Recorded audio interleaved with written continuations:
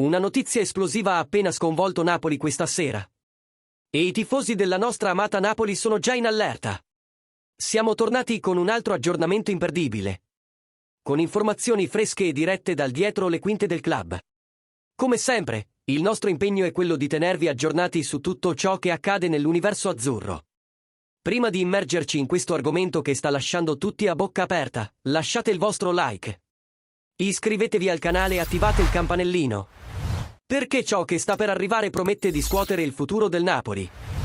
L'argomento di oggi riguarda Noah Lang, l'attaccante olandese che è arrivato con grandi aspettative, ma che non è ancora riuscito a giustificare il pesante investimento fatto dal club. Nonostante abbia iniziato come titolare nella vittoria del Napoli per 1-0 su Lecce, la sua prestazione è passata inosservata e ha sollevato nuovamente dubbi sul suo ruolo nella squadra.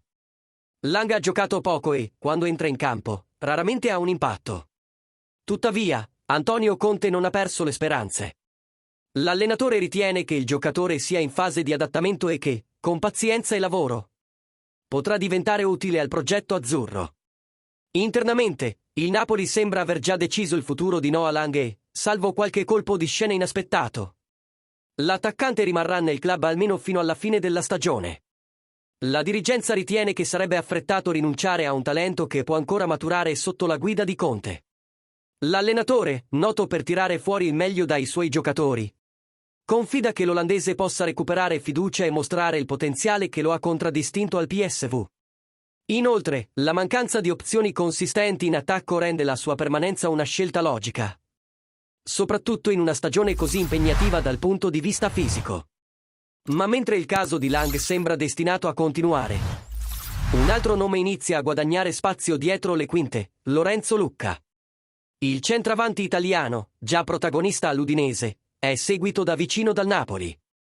Fonti vicine al club confermano che le trattative sono in corso, con sondaggi attivi per capire la fattibilità di un eventuale trasferimento. Il ritorno di Romelu Lukaku, tuttavia, complica un po' lo scenario, dato che il belga dovrebbe riprendere il posto da titolare in attacco.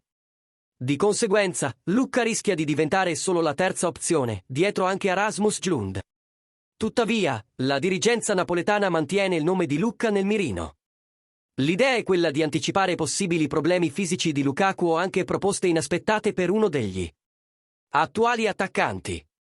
La filosofia di Conte è chiara: mantenere una rosa competitiva, con profondità e opzioni in grado di cambiare il gioco.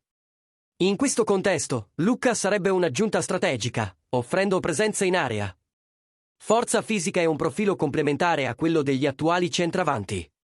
In generale, il panorama è il seguente: Noah Lang dovrebbe rimanere, ma sotto la diretta osservazione dello staff tecnico. Nel frattempo, Lucca è un obiettivo concreto che può essere attivato se lo scenario offensivo della squadra dovesse subire cambiamenti nei prossimi mesi.